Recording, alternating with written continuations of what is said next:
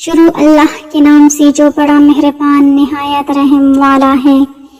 ناظرین، حضور صلی اللہ علیہ وسلم نے فرمایا، مرنے کے بعد مردے کی قبر میں سب سے پہلی حرکت کیا ہوگی؟ جاننے کے لیے ویڈیو کو آخر تک ضرور دیکھیے گا۔ ویڈیو شروع کرنے سے پہلے اگر آپ نے ہمارے چینل کو ابھی تک سبسکرائب نہیں کیا تو چینل کو ضرور سبسکرائب کر دیں۔ عذاب قبر سے مراد برزخ میں ہونے والا عذاب ہے۔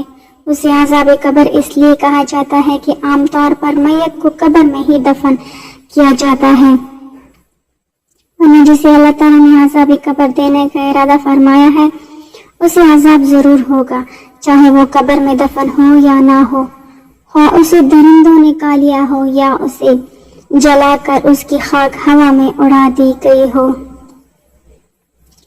حضرت ام سلمہ رضی اللہ تعالیٰ عنہا اپنے شوہر ابو سلمہ رضی اللہ تعالیٰ عنہ کی وفات کا واقعہ اس طرح بیان کرتی ہیں کہ وفات کے وقت میرے شوہر کی آنکھیں کھلی تھی جبکہ جسم حرکت میں نہ تھا اور نہ ہی وہ بول سکتے تھے۔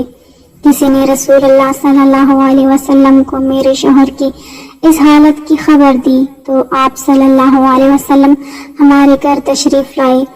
جب نبی اکرم صلی اللہ علیہ وسلم میرے شوہر کے پاس آئے تو آپ صلی اللہ علیہ وسلم نے دیکھا کہ میرے شوہر کی آنکھیں کھلی ہیں تو انہوں نے اپنے ہاتھ مبارک سے آنکھیں بند کرتے ہوئے فرمایا، جب موت کا فرشتہ انسان کی روح قبض کرتا ہے تو مرنے والے کی آنکھوں کی روشنی بھی روح کے ساتھ چلی جاتی ہے۔ جب نبی اکرم صلی اللہ علیہ وسلم کی منہ سے یہ الفاظ نکلے تو گھر والوں نے رونا شروع کر دیا کہ ابو سلمہ رضی اللہ تعالیٰ عنہ اب اس دنیا میں نہیں رہے۔ آپ صلی اللہ علیہ وسلم نے فرمایا کہ مرنے والے کو ہمیشہ اچھے الفاظ میں یاد کیا کرو کیونکہ اس وقت فرشتے پاس ہوتے ہیں۔ نبی اکرم صلی اللہ علیہ وسلم کی اس دعا سے ثابت ہوتا ہے کہ جب مسلمان وصال کر جاتا ہے تو اللہ تعالیٰ مسلمان کی قبر میں نور اور رحمتیں عطا کرتا ہے، جبکہ غیر مسلم مرتا ہے تو اللہ تعالیٰ اس کی قبر کو تنگ اور عذاب سے بھر دیتا ہے۔ اس دنیا سے پردہ کرنے کے بعد انسان کے لیے سب سے خطرناک پہلی منزل قبر ہی ہے۔ اگر انسان اپنی پہلی منزل یعنی قبر کے عذاب سے بچ جائے تو اس کے لیے باقی سب منزلیں پار کرنا کوئی مشکل نہیں رہ جاتا۔ اسی لیے نبی اکرم صلی اللہ علیہ وسلم نے فرمایا کہ انسان کو مرنے کے بعد بہت سی منزلیں طے کرنا پڑتی ہیں، جن میں سے سب سے پہلے قبر کا عذاب ہوتا ہے۔ اگر انسان قبر کی سختی سے بچ جائے تو وہ دوسری منزلیں اس کے لیے آسان ہو جاتی ہیں۔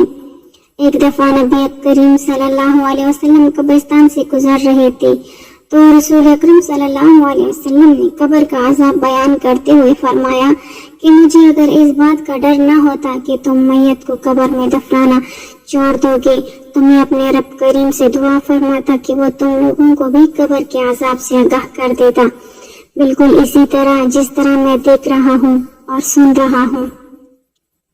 آپ صلی اللہ علیہ وسلم جب صحابہ کرام کو قبر کے عذاب سے آگاہ کرتے تو سب کے رونگٹے کھڑے ہو جاتے۔ حضرت محمد صلی اللہ علیہ وسلم صحابہ کرام کو قبر کے عذاب سے آگاہ کرتے تو سب کے رونگٹے کھڑے ہو جاتے۔ حضرت محمد صلی اللہ علیہ وسلم کا فرمان ہے کہ مرنے کے بعد قبر انسان کی پہلی سیڑھی ہے۔ جس بندے کی یہ منزل آسان ہو گئی تو باقی سب منزلیں اس کے لیے آسان کر دی جاتی ہیں۔ جس نے اس منزل سے آسانی حاصل نہ کی تو اس کے لیے دوسری منزلیں عبور کرنا بہت ہی مشکل ہو جاتا ہے۔ نبی کریم صلی اللہ علیہ وسلم نے فرمایا کہ میں نے آج تک قبر سے سخت ترین منظر کبھی نہیں دیکھا۔ نبی اکرم صلی اللہ علیہ وسلم کا فرمان مبارک ہے کہ میت کو جب قبر میں داخل کر کے گھر کی طرف لوٹتے ہیں تو میت لوگوں کے چلنے کی آواز کو اچھی طرح سن رہی ہوتی ہے۔ اگر مرنے والا سچا مسلمان ہے تو نماز اس کے سر کی طرف، روزہ اس کے دائیں طرف، زکوٰۃ اس کے بائیں طرف اور دوسرے جتنے بھی اس کے نیک اعمال ہوتے ہیں وہ اس کے پاؤں کی طرف سے آ جاتے ہیں۔ اور جب بھی قبر کا عذاب اس کے پاس آتا ہے تو نماز، روزہ، حج، زکوٰۃ، صدقہ و خیرات اس کے نیک اعمال اس کی حفاظت کرتے ہیں۔ پھر اس سے کہا جاتا ہے کہ بیٹھ جاؤ، چنانچہ وہ بیٹھ جاتا ہے اس کو سورج ایسے دکھائی دیتا ہے جیسے غروب ہونے کو ہو۔ کہا جاتا ہے کہ تم اس شخص کے بارے میں جو تم میں مبعوث ہوا تھا کیا کہتے ہو، اس کے متعلق کیا گواہی دیتے ہو؟